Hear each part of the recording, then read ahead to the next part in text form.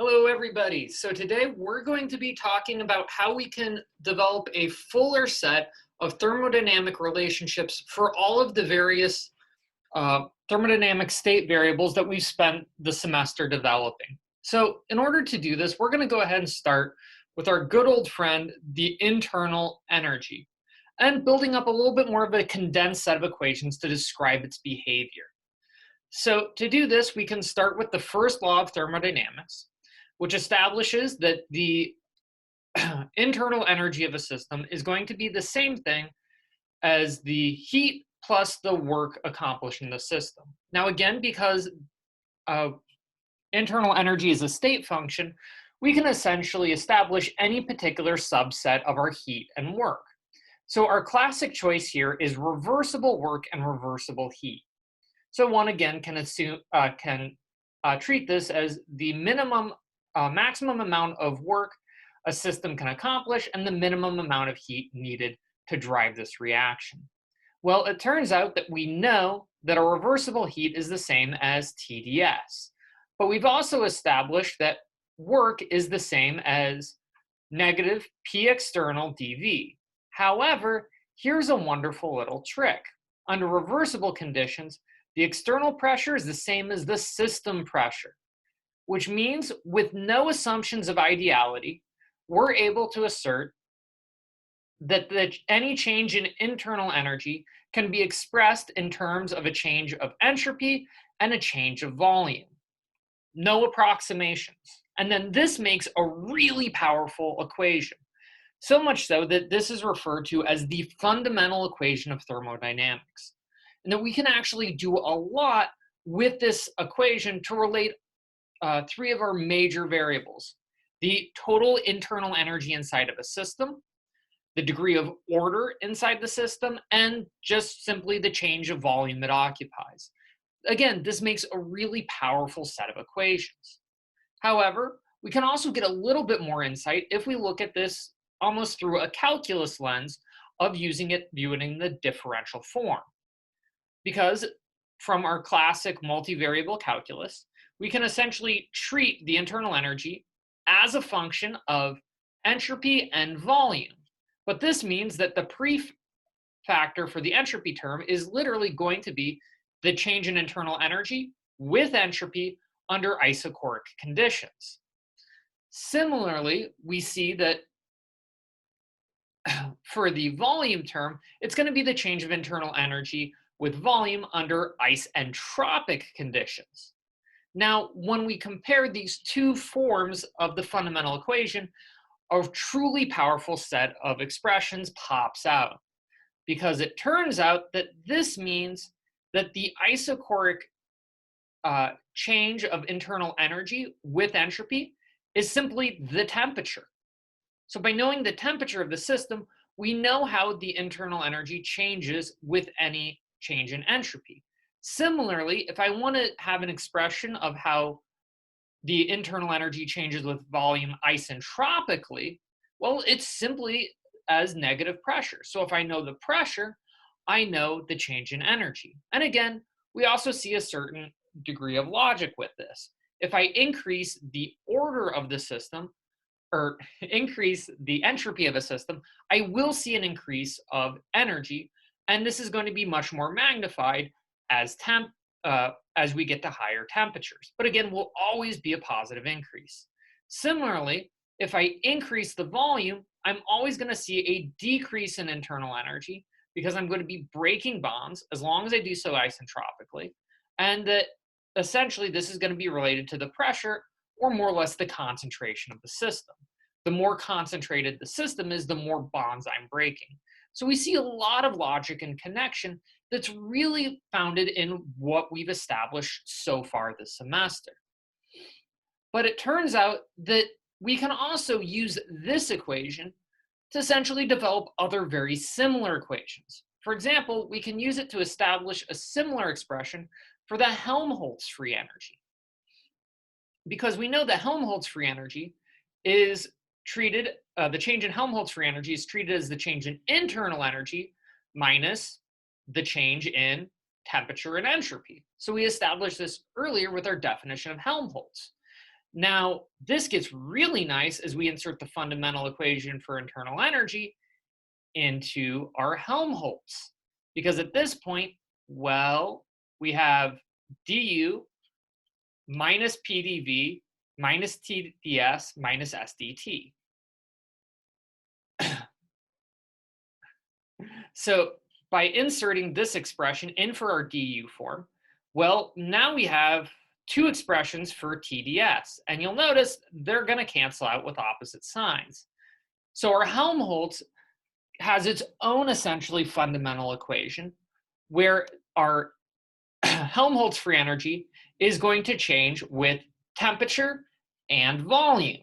And similarly, we have an expression for how the Helmholtz free energy changes with temperature. And it turns out, ta-da, it has a dependence on entropy.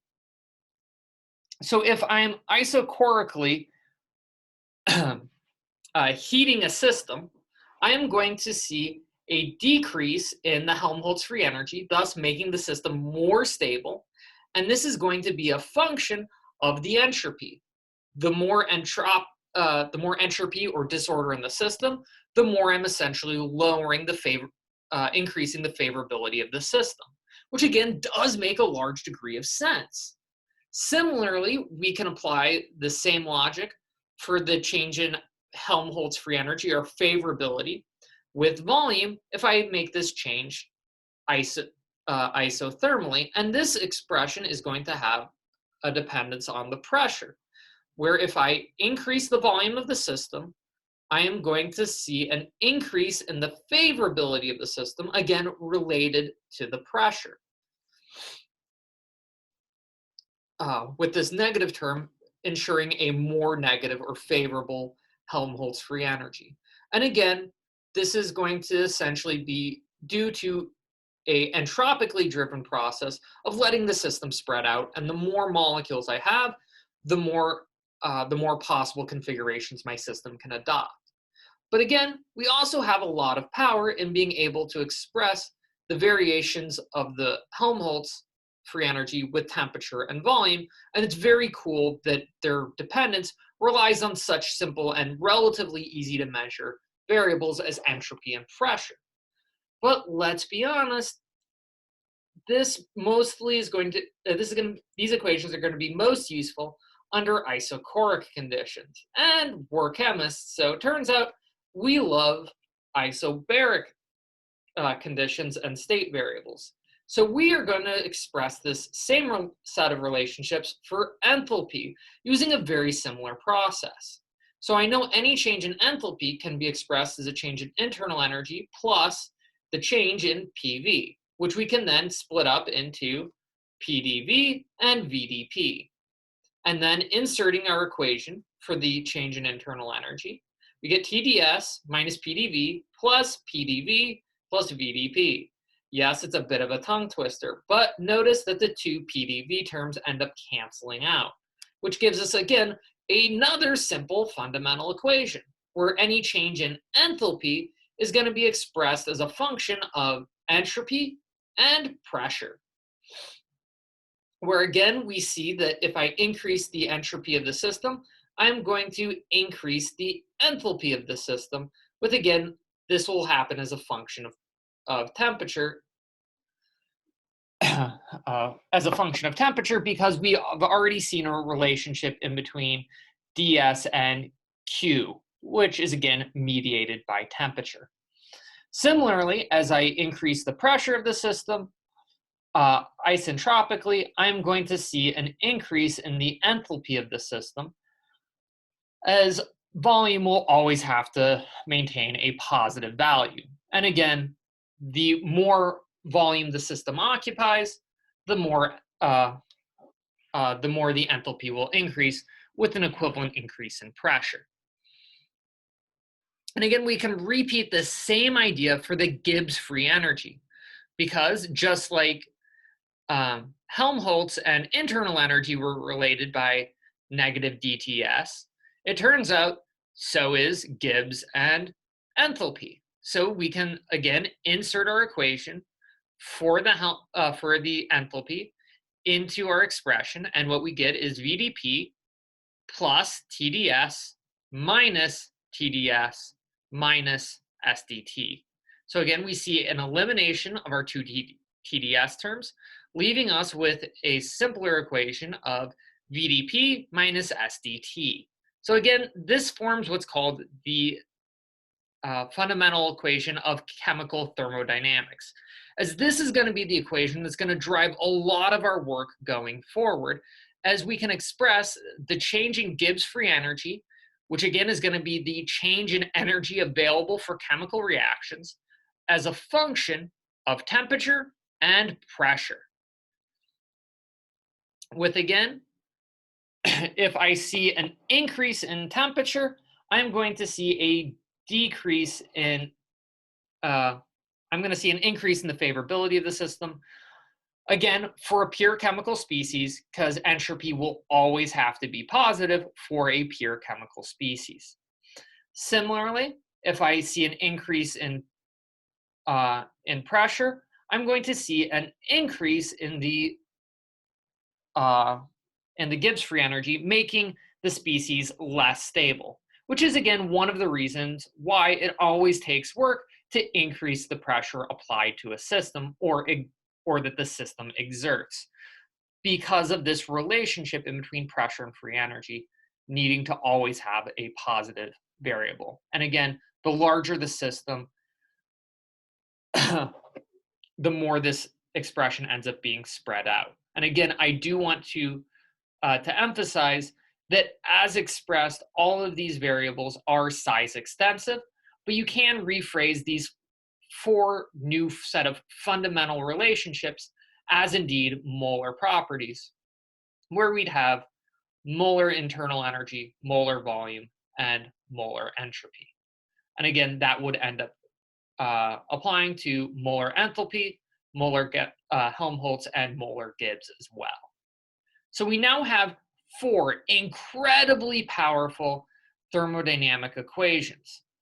Unfortunately, this can be a bit of a handful to try and keep straight, especially with all of the negative signs floating around, and the fact that all four of these state functions are controlled by the same four variables. However, there is a convenient way to help remember it. And just remember that UG ship.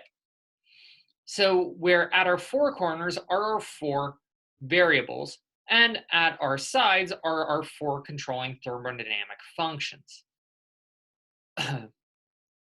Helmholtz, internal energy, Gibbs, and enthalpy. And each of these functions is going to be controlled by the two variables next to it, with a constant of the two variables across from it. So let's go ahead and walk through a couple of these. So if I have, say, the internal energy, it's going to be the internal energy minus, because there's no arrow at this end, P dV, plus T ds. And congratulations, we just generated our fundamental equation. But we can also repeat the same process for Helmholtz, which is minus S dt minus P dV, again for Gibbs, plus V dP minus S dt. And again for enthalpy, plus V dP plus T ds. So again, using this relationship of our coefficients and our variables, we can express any of our four thermodynamic functions. And this gives us a huge set of thermodynamic functions that we can use to help explain a lot of chemical and physical properties. And we'll start applying some of the lessons from our fundamental equations next time. Until then, take care.